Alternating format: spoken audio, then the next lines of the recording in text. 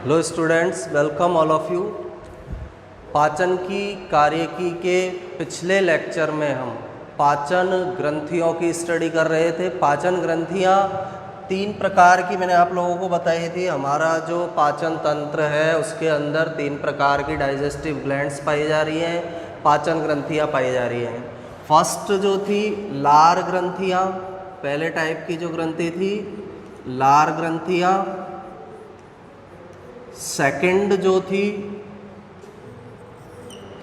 यकृत, या इसी को हम बोल सकते हैं लीवर। यकृत है, लीवर। थर्ड ग्लैंड का नाम है अग्नाशय, पैनक्रियाज भी जिसे बोला जाता है। तो इन तीनों ग्लैंड्स के बारे में हमें इन के पाचन ग्रंथियों के अंदर हमको इसकी स्टडी करनी है। अब इसमें से लार ग्रंथियाँ वाला जो था टॉपिक वो हम कंप्लीट कर चुके हैं। पिछले लेक्चर के अंदर हमने लार ग्रंथियों के बारे में पढ़ा था। तीन जोड़ी पाई जाती है। सबसे पहले बकल कैविटी वाले भाग के अंदर इनकी नलिकाएं खुलती हैं। जैसे फर्स्ट थी पैरोटिड, ये वाला हिस्सा है, पैरोटिड ग्लैंड मिल रही है। सब लिंगुअल जीभ के नीचे पाई जा रही है। सब मैक्सिलरी निचले जबड़े में सेकंड जो मोलर टीथ होता है उसके वहाँ पर वो पाई जाती है। इनकी डक्ट निकलती है। इनकी डक्ट जो है वो डक्ट किसके अंदर खुलेगी? बकल कैविटी के अंदर खुलेगी। ये हम पढ़ चुके हैं। स्टेंसन डक्ट थी, रिवीनस डक्ट थी, एक वाटर की जो डक्ट थी वो इसके अंदर खुलती है। इसके बाद लार के केमिकल कंपोजिशन को हमने पढ़ा था कि लार के अंदर कौन कौन से पदार्थ पाए जा रहे हैं। जैसे लाइसोजाइम इसके अंदर मिल रहा है। स्टार्च का डाइजेशन करने वाला एंजाइम एमाइलेज इसके अंदर पाया जा रहा है। म्यूकस इसके अंदर प्रेजेंट है। तो केमिकल कंपोजिशन को पढ़ा था। लार ग्रंथियों के या लार के हमने कार्य पढ़े थे, कौन कौन से काम हैं जो लार के द्वारा कंप्लीट किए जाते हैं। आज के लेक्चर में हमें जिस ग्लैंड को पढ़ना है वो ग्लैंड है यकृत या लीवर। यकृत, इसी को हम क्या बोलते हैं? लीवर के नाम से इसे जानते हैं। तो यकृत जो स्ट्रक्चर है, सबसे पहले तो जो यकृत है लीवर हमारे शरीर में सबसे बड़ी ग्लैंड है। जो ग्लैंड्स हैं उनमें सबसे बड़ी ग्लैंड कौन सी है? लीवर है। इसका जो वेट है या वजन है 1.2 से 1.5 kg होता है। थर्ड, मैन के अंदर जो लीवर है वो वुमेन के लीवर से थोड़ा भारी होता है। यानी जो नर है उसका लीवर मादा के लीवर से कैसा रहता है? भारी रहता है। कलर इसका रेडिश ब्राउन होता है, लाल भूरे कलर का ये जो ऑर्गन है ये पाया जाएगा। काम क्या करता है? लीवर के अंदर बाइल का निर्माण होगा। बाइल को हम बोलते हैं पित्त। पित्त का फॉर्मेशन होगा और इस बाइल के द्वारा ये बाइल जाता है ड्यूडोनम वाले पार्ट में, स्मॉल इंटेस्टाइन के वाले पार्ट के अंदर जाता है। और ये जो बाइल है या पित्त है वसा के पाचन में सहायता करता है। ये काम है इसका। सेकंड, इसके अंदर और भी डिफरेंट फंक्शन होते हैं। ग्लाइकोजिनोसिस की प्रोसेस इसमें होगी, ग्लाइकोजिनोलाइसिस की प्रोसेस इसमें होगी, ग्लूकोनियोजिनोसिस की प्रोसेस इसमें होती है। बॉडी के जो टॉक्सिक मटेरियल है उन टॉक्सिक मटेरियल को डिटॉक्सिफाई करने का काम ये करता है। तो एक महत्वपूर्ण ग्लैंड या ग्रंथि है जो डिफरेंट वर्क्स को, डिफरेंट फंक्शन को बॉडी के अंदर संपन्न करती है। तो यकृत या लीवर के अंदर हमारा सबसे फर्स्ट पॉइंट है, आज की जो हेडिंग है हमारी वो कौन सी है? यकृत या लीवर। लार ग्रंथियाँ हम पढ़ चुके हैं। लीवर में हमारा सब थर्ड ग्लैंड होती है अग्नाशय। इसके बारे में हम आगे स्टडी करेंगे। तो लीवर या यकृत का फर्स्ट पॉइंट क्या है? सबसे फर्स्ट पॉइंट यह है शरीर की सबसे बड़ी पाचन ग्रंथि है। डाइजेस्टिव ग्लैंड में सबसे बड़ी पाचन ग्रंथि कौन सी है? लीवर है।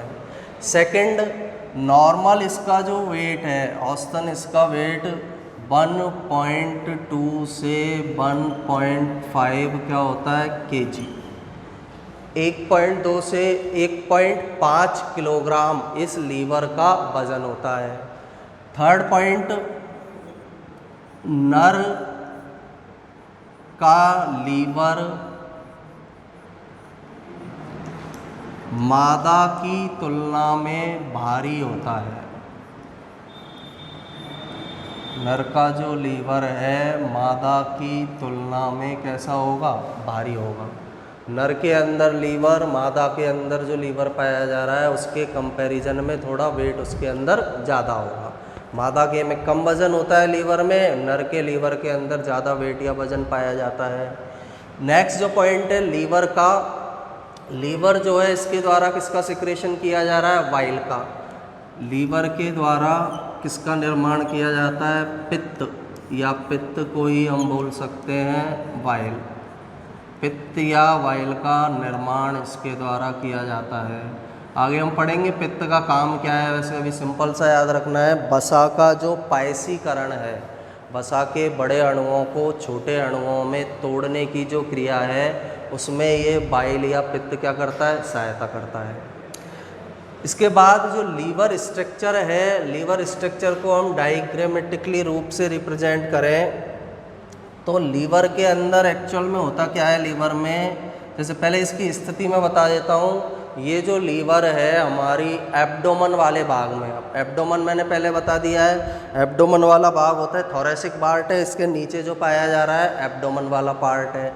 एब्डोमन वाले पार्ट के अंदर यह प्रेजेंट होगा, उदर गुहा वाले भाग में ये पाया जाता है। उदर गुहा वाला जो हिस्सा है एब्डोमन उसके अंदर ये प्रेजेंट होगा, यहाँ पर ये पॉजिटेड होता है। ये जो भाग है ये एब्डोमन वाला है, इस एब्डोमन वाले भाग में या उदर गुहा वाले भाग में ये उपस्थित होगा। डायफ्राम के कहाँ पाया जाता है? थोड़ा सा ऊपर की ओर ये प्रेजेंट होता है। तो एब्डोमन वाले भाग के अंदर इसकी पोजीशन है। अब लीवर की स्ट्रक्चर को हम देखें तो ये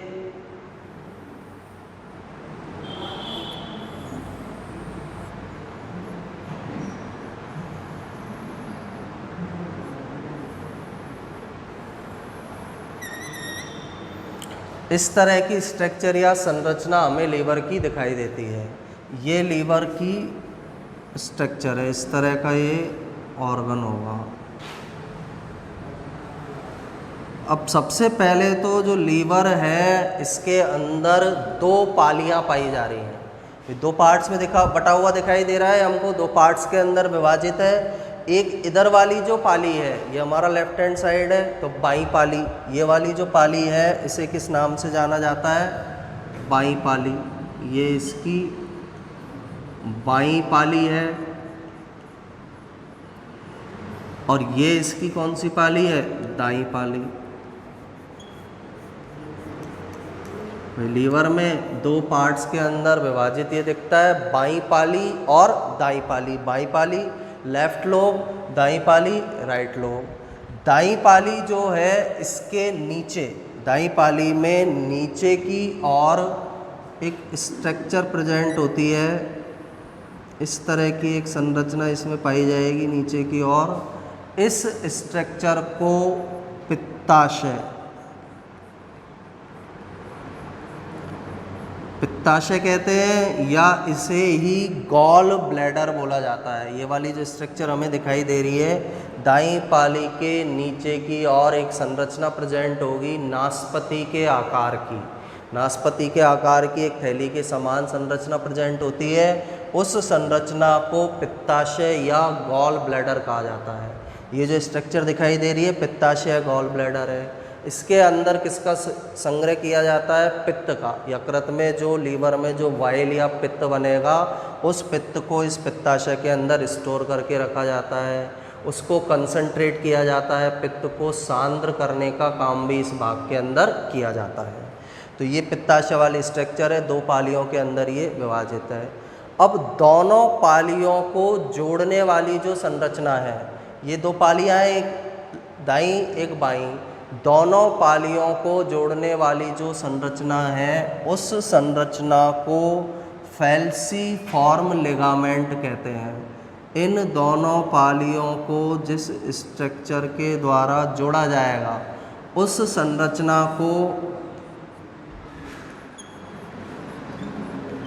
फैल्सीफॉर्म लिगामेंट कहते हैं।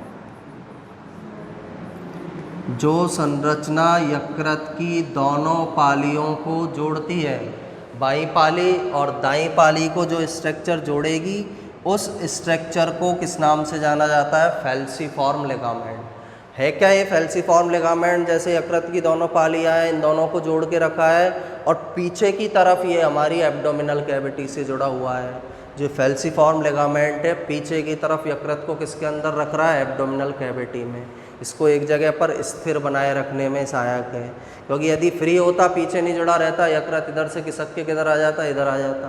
तो हमारी जो एब्डोमिनल कैविटी है उसके अंदर ये पिछले हिस्से तक फैला रहता है। पेरिटोनियम जो पाई जाती है वहाँ तक पाया जाएगा और वहाँ तक ये इस दोनों को जोड़ेगा और बाईं पाली और दाईं पाली को आपस में जोड़ने का काम इस फैल्सीफॉर्म लिगामेंट के द्वारा किया जाता है। तो सिंपल सा एक क्वेश्चन तो ये याद रखना है, यकृत की बाईं और दाईं पाली को जोड़ने वाली संरचना कौन सी है? फैल्सीफॉर्म लिगामेंट कहलाती है। इसके बाद जो ये लीवर है इसके चारों तरफ आवरण उपस्थित होगा। लीवर या यकृत के चारों तरफ एनवलप या आवरण मिलता है। अब एनवलप या आवरण कौन सा पाया जा रहा है? जैसे लीवर है, इसके अंदर हमने बनाया ये एक एनवलप,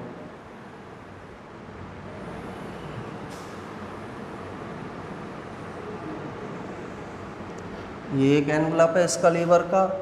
इसके बाद ये इसका दूसरा एनवलप है।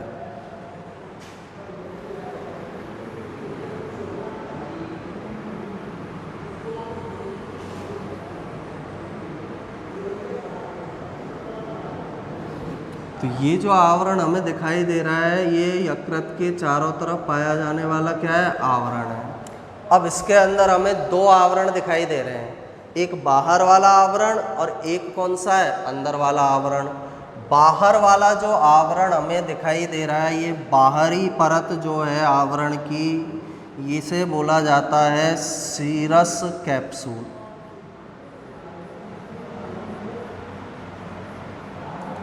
बाहर वाला जो आवरण है उसे किस नाम से जाना जाता है? Serous capsule. अंदर वाला जो आवरण है, इस अंदर वाले आवरण को ग्लीसन कैप्सूल कहते हैं।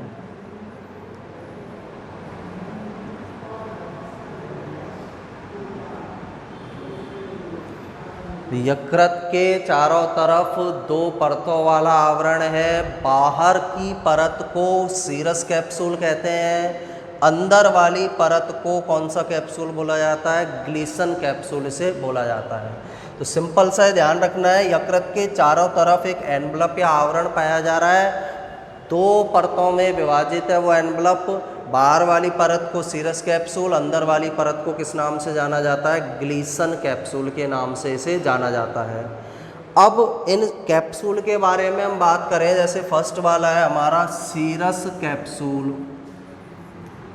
फर्स्ट जो है वो कौन सा है? Serous capsule. सीरस कैप्सूल में सबसे फर्स्ट पॉइंट हमारा क्या होगा? यह यकृत का बाहरी आवरण होता है।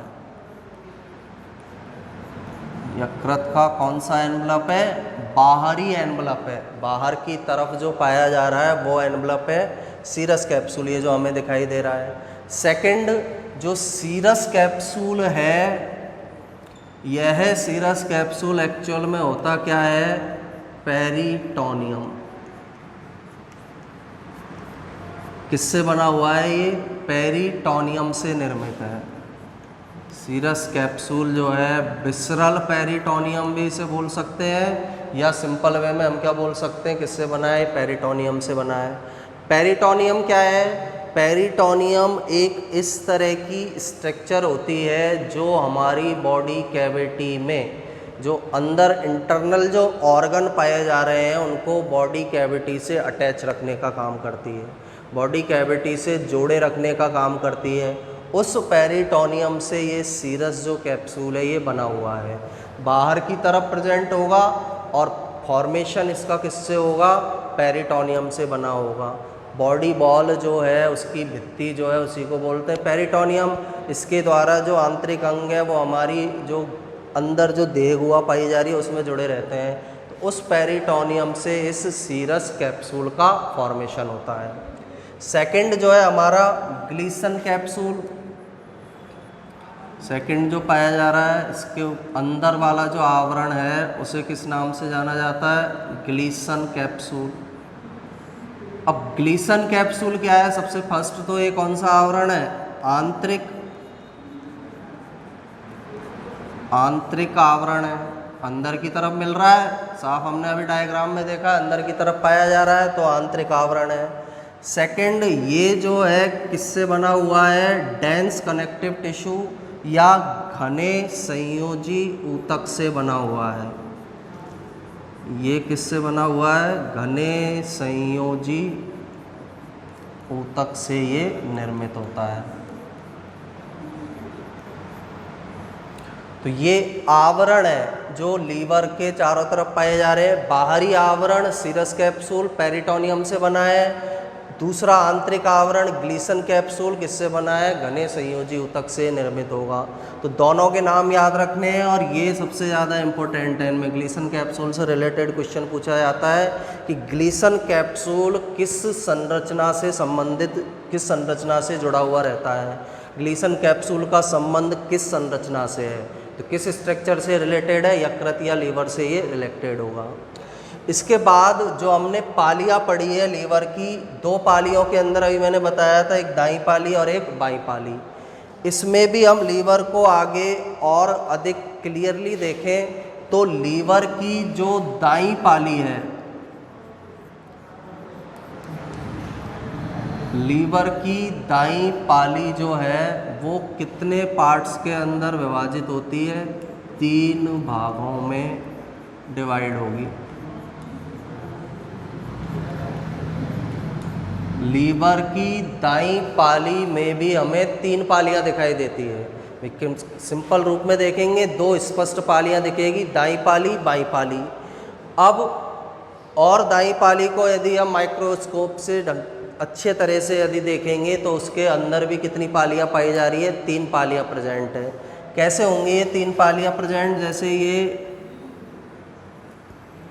दाईं पाली वाला हिस्सा है।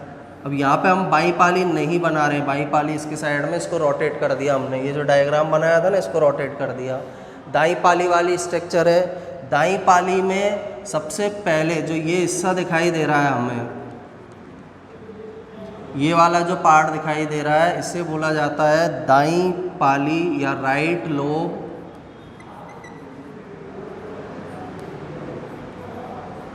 हिंदी में इसको हम बोल सकते हैं दाईं पाली, राइट लोब है, दाईं पाली के नाम से इसे जाना जाता है, राइट लोब सुपीरियर।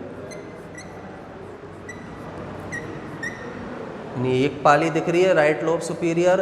एक पाली इसके अंदर होती है क्वाड्रेट पाली।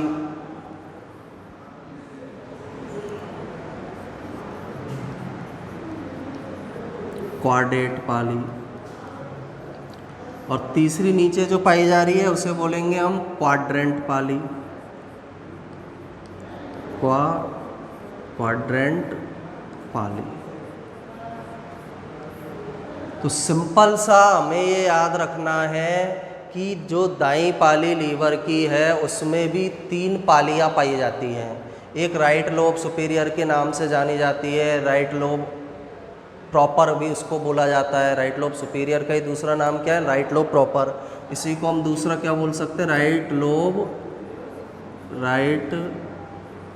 लोब प्रॉपर, दोनों इसी के नाम हैं। सेकंड, एक क्वाड्रेट पाली पाई जा रही है और एक कौन सी पाली पाई जा रही है? क्वाड्रेंट पाली। तो दाईं पाली 3 भागों में विभाजित है, तीनों भागों के नाम याद रखने हैं, right lobe superior, right lobe proper, quadrant पाली, और तीसरी कौन सी है? क्वाड्रेंट पाली इसके अंदर पाई जाएगी। ये दाईं पाली का विभाजन है। बाईं पाली में इस तरह का कोई विभाजन नहीं मिलेगा। बाईं पाली केवल एक सिंपल फॉर्म में पाई जाती है, लेफ्ट लोब केवल एक सिंगल फॉर्म में मिलेगी। इसके अंदर ये एनवलप या आवरण पाए जा रहे हैं। इसके बाद जो राइट लोब है उसके नीचे हमने पढ़ा था कि एक स्ट्रक्चर पाई जा रही है। राइट लोब के नीचे एक संरचना उपस्थित है। उस संरचना को, जैसे राइट लोब है, इसके नीचे की तरफ एक स्ट्रक्चर पाई जा रही है। इस स्ट्रक्चर को अभी हमने बोला था गॉल ब्लैडर या पित्ताशय। पित्ताशय वाली संरचना है, पहले भी हम इसके बारे में मैंने डायग्राम के अंदर बताया है। अब पित्ताशय जो संरचना है इसकी कुछ विशेषताएं हैं। इसकी क्या विशेषता है पित्ताशय की? सबसे फर्स्ट जो पित्ताशय या गॉल ब्लैडर है, नाशपाती के आकार की संरचना है। नाशपाती के आकार की स्ट्रक्चर है। नाशपाती के आकार की क्या होती है? ये संरचना होती है। सेकंड जो पित्ताशय है, इसके नाम के अंदर ये कि ये फंक्शन क्या करेगा, और ये ध्यान रखना पोजीशन कहाँ है, राइट लोब के नीचे की तरफ मिलेगा। जो डायग्राम बनाया उसमें मैंने पहले बता चुका हूँ, दाईं पाली के नीचे की तरफ ये पाया जाता है। नाशपाती के आकार की संरचना है। क्या करता है ये? लीवर द्वारा बनने वाले, लीवर द्वारा बनने वाले पित्त, या पित्त को हम बोल सकते हैं बाइल,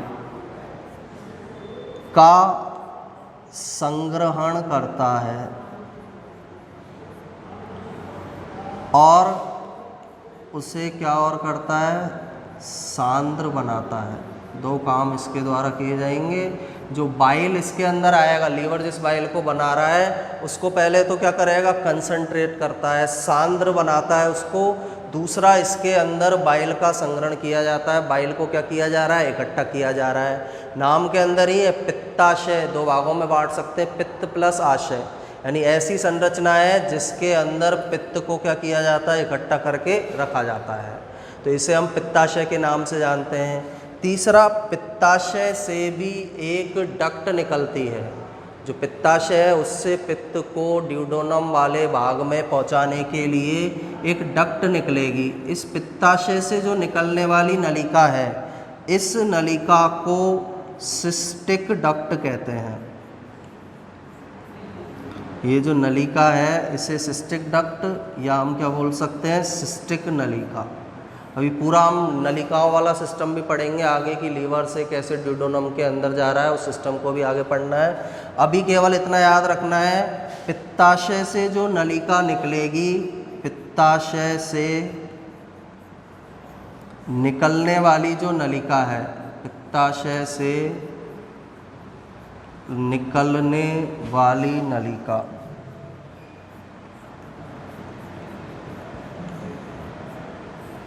उसे क्या कहा जाता है? सिस्टिक डक्ट या सिस्टिक नलिका।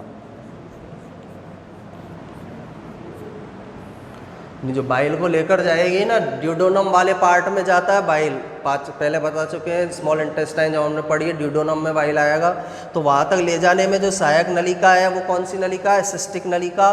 पित्ताशय से निकलने वाली नलिका है। पित्ताशय से निकलने वाली नलिका को सिस्टिक नलिका कहा जाता है। तो ये लीवर जो है उसकी हमने आउटर स्ट्रक्चर के बारे में पढ़ा है। लीवर के अंदर कौन कौन सी स्ट्रक्चर या संरचनाएं पाई जा रही हैं। पित्त के भी काम होते हैं, पित्त का भी मैंने काम बताया था। वसा का पायसीकरण करता है, वसा के बड़े अणुओं को छोटे अणुओं में तोड़ने का काम कौन करता है? पित्त या वाइल करेगा। तो सिंपल ये हमने लीवर की जो बाहरी स्ट्रक्चर है, एक्सटर्नल जो स्ट्रक्चर है, उसके बारे में स्टडी किया है कि किस किस प्रकार की संरचनाएं इसके अंदर पाई जा रही हैं। एक बार इसको हम फिर से रिवाइज करते हैं। स्टार्टिंग से मैं आपको बता देता हूँ। सबसे पहले तो पाचन ग्रंथियों के बारे में हमने पढ़ा है। लार ग्रंथि पहले कंप्लीट कर ली है, यकृत या लीवर शरीर की सबसे बड़ी पाचन ग्रंथि है। लार ग्रंथि, लीवर और अग्नाशय, इन तीनों में सबसे बड़ी जो पाचन ग्लैंड है वो कौन सी है? लीवर है। वेट इसका 1.2 से 1.5 kg होगा, इतना इसके अंदर वजन पाया जाता है। नर का जो लीवर है मादा की तुलना में भारी होगा। फीमेल का लीवर हल्का होता है मेल के कंपैरिजन में। पित्त या वाइल का निर्माण करता है। और भी काम है जिन्हें हम आगे डिस्कशन करेंगे, अभी केवल इतना याद रखना है, लीवर किसका फॉर्मेशन कर रहा है? पित्त या वाइल का। पित्त या वाइल का काम क्या है? वसा के बड़े अणुओं को छोटे अणुओं में तोड़ना, जिसे हम वसा का पायसीकरण कहते हैं।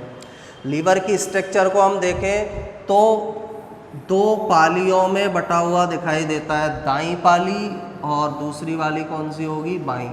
तो ये लेफ्ट हैंड साइड में बाईं पाली, ये वाली जो है ये इस पाली को क्या कहा जाता है? दाईं पाली कहा जाएगा।